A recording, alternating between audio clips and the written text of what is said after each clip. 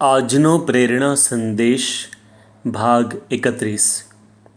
અલગ અલગ દવાઓ શોધાઈ રહી છે અને જે દવાઓ ઉપલબ્ધ છે તેના પ્રયોગો પણ થઈ રહ્યા છે, પરંતુ આજના મનોવૈજ્ઞાનિકો કહે છે કે દર્દીને દવાની સાથે પ્રેમ અને સહાનુભૂતિની પણ એટલી જ આવશ્યકતા હોય છે, અને ન કેવળ દર્દીને પરંતુ મનુષ્ય માત્ર ઉપર સાચા પ્રેમની અસર થતી જ હોય છે।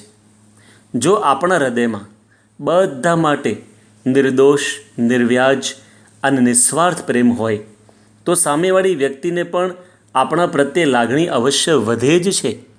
સાચા પ્રેમની અસર કેવી અદ્ભુત થાય છે તેની આ સત્ય ઘટના સાંભળવા જેવી છે। અમેરિકામાં ન્યૂયોર્કમાં એક માણસે જંગલી રીંછનું બચ્ચું પાડેલું। રોજ તેને જમાડે, રમાડે, પ્રેમ કરે।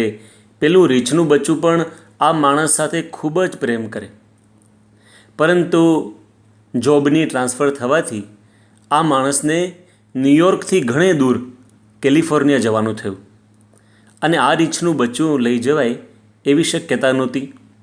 તેથી બહુ જ ભારે હૈયે આ માણસે આ રીંછના બચ્ચાને ન્યૂયોર્કના બ્રોન્ક્સ ઝૂમાં આપી દીધું, જેથી તેની સારી દરકાર થાય। આંખમાં આંસુ સાથે આ માણસે ત્યાંથી વિદાય લીધી। રીંછની આંખમાં પણ આંસુ હતા। આ વાતને 10 વર્ષ વીતી ગયા। આ માણસને ફરી ન્યૂયોર્ક આવવાનું થયું। તે ન્યૂયોર્ક આવીને સીધો જ ઝૂની અંદર પોતાના રીંછને મળવા ગયો। રીંછની ઉંમર હવે 11 વર્ષની થઈ ગઈ હતી અને શરીર પણ બહુ મોટું થઈ ગયું હતું। આ માણસ જ્યાં પેલું રીંછ હતું તે પાંજરામાં કૂદી પડ્યો। રીંછને જોઈને અતિ પ્રેમથી એને ભેટી પડ્યો।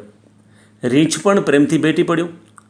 પછી તો બંને રમવા લાગ્યા, રોલિંગ થાય, કૂદકા મારે। પાંજરાની બહાર ઊભેલા લોકો માટે તો લાઈવ શો જેવું થઈ ગયું। બધા તાળી પાડવા લાગ્યા। આ બાજુ ઝૂના વ્યવસ્થાપકોને ખબર પડી કે કોઈ માણસ જંગલી રીંછના પાંજરામાં જતું રહ્યું છે, રખીને રીંછ તેને ફાડી ખાય એવા ભયથી બધા ત્યાં દોડ્યા। આ માણસ પણ રીંછ સાથે રમી પાંજરાની બહાર આવીને ઊભો હતો। વ્યવસ્થાપકો ત્યાં પહોંચ્યા અને ત્યાં ઊભેલા માણસોને પૂછ્યું કે કોણ અંદર ગયું હતું? પેલા ભાઈએ કહ્યું, હું ગયો હતો। વ્યવસ્થાપકોએ કહ્યું, પણ તમે અંદર કેમ ગયા? એ તમને મારી નાખત તો? પેલા ભાઈએ કહ્યું, એ મને ક્યાંથી મારે? એ તો નાનપણથી મારો મિત્ર છે। મેં જ આ ઝૂને આ રીંછ આપેલું છે। હું અંદર ગયો અને એ પણ મને ઓળખી ગયો।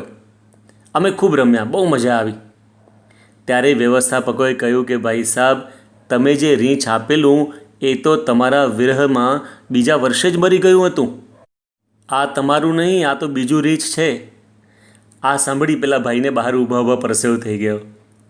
પરંતુ આ પ્રસંગની તપાસ કરી ત્યારે ખબર પડી કે જ્યારે આ ભાઈ પાંજરાની અંદર ગયા ત્યારે એનો રીંછ પ્રત્યેનો પ્રેમ તેની આંખમાં છલકાતો હતો। તો સામે રીંછે પણ એવો જ રિસ્પોન્સ આપ્યો। એ પણ પ્રેમથી રમવા લાગ્યો। આ છે પ્રેમની તાકાત। સાચો પ્રેમ હોય ને તો અબોલ પશુ પણ રિસ્પોન્સ આપે તો માણસની તો વાત જ ક્યાં કરવી। કહેવત છે ને, એવરી હાર્ટ રિસ્પોન્ડ્સ ટુ ટેન્ડર લવ। પ્રત્યેક હૃદય નિર્મળ પ્રેમનો પ્રતિભાવ દર્શાવે જ છે। 1960ના દાયકાનો આ પ્રસંગ છે। ખેડા જિલ્લામાં સોખડા માતર ગામ આવેલું છે। ત્યાંના મુખી જશભાઈ પટેલ હતા, જેમને પહેલેથી જ સાધુ સંતો પ્રત્યે એલર્જી હતી। પરંતુ એ ગામમાં પુરુષોત્તમભાઈ નામના સત્સંગીએ તેઓને વિનંતી કરી કે પ્રમુખ સાંઈ મહારાજનો 2-3 દિવસનો સત્સંગ ગામમાં ગોઠવવાની ઈચ્છા છે। તેઓએ તો ના પાડી, પણ પુરુષોત્તમભાઈનું પવિત્ર અને ધર્મમય જીવન જોઈને હા પાડી। પણ એમણે એક શરત રાખી કે મારા ઘરે પધરામણીમાં લાવતા નહીં। પુરુષોત્તમભાઈએ કહ્યું કે હા, કાંઈ વાંધો નહીં।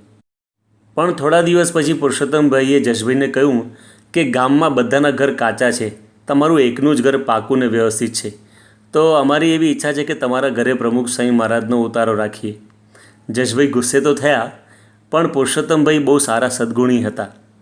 તેમણે બહુ વિનંતી કરી એટલે જશભાઈ માન્યા, પણ પાછી બીજી શરત રાખી કે જો હું મારા ખેતરમાં બીજું ઘર છે ત્યાં રહીશ, મને દર્શન માટે પણ બોલાવતા નહીં। જશભાઈ કહે હા, કાંઈ વાંધો નહીં। પ્રમુખ સાંઈ મહારાજ ત્યાં 2 દિવસ રોકાયા। ત્રીજા દિવસે નીકળવાના સમયે પ્રમુખ સાંઈ મહારાજે કહ્યું કે આપણે જેના ઘરમાં રોકાયા છીએ એમનો આભાર તો માનવો જોઈએ ને, માટે જશભાઈને બોલાવી લાવો. પુરુષોત્તમભાઈ બહુ મનાવી સમજાવીને જશભાઈને લઈને તો આવ્યા, પણ જશભાઈએ પાછી ત્રીજી શરત મૂકેલી કે હું પગે નહીં લાગું, હાથ પણ નહીં જોડું. પુરુષોત્તમભાઈ કે હા, કાંઈ વાંધો નહીં. પણ જેવા જશભાઈ પ્રમુખ સ્વામી મહારાજ પાસે આવ્યા, પ્રમુખ સ્વામી મહારાજે અત્યંત પ્રેમસભર દ્રષ્ટિએ તેમની સામું જોયું અને ખૂબ ભાવથી બોલ્યા, આવો આવો જશભાઈ, તમારો ખૂબ આભાર. અને આટલા શબ્દો સાંભળીને તેમજ પ્રમુખ સ્વામી મહારાજની આંખોમાં છલકાતો નિર્દોષ પ્રેમ જોઈને તેઓ સીધા દંડવત કરવા લાગ્યા. આંખમાંથી આંસુઓની ધારા વહેવા લાગી. કંઠી પહેરીને સત્સંગી બન્યા.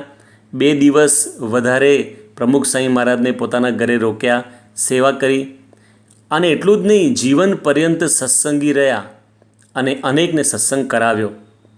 પ્રમુખ સ્વામી મહારાજની આવી પ્રેમ વર્ષામાં માત્ર જશભાઈ જ નહીં, દેશ વિદેશના લાખો મનુષ્યો ભીંજાયા છે અને કૃતાર્થ બન્યા છે. તેથી જ કહેવાયું છે કે the power of true love can change the world. સાચા પ્રેમની શક્તિથી દુનિયા બદલી શકાય છે. જો આપણે પણ રાગદ્વેષ છોડી નિસ્વાર્થ પ્રેમ પ્રત્યેક મનુષ્ય પ્રત્યે રાખીશું તો સૌ કોઈને આપણી સાથે પણ સાચા સ્નેહનો નાતો બંધાશે.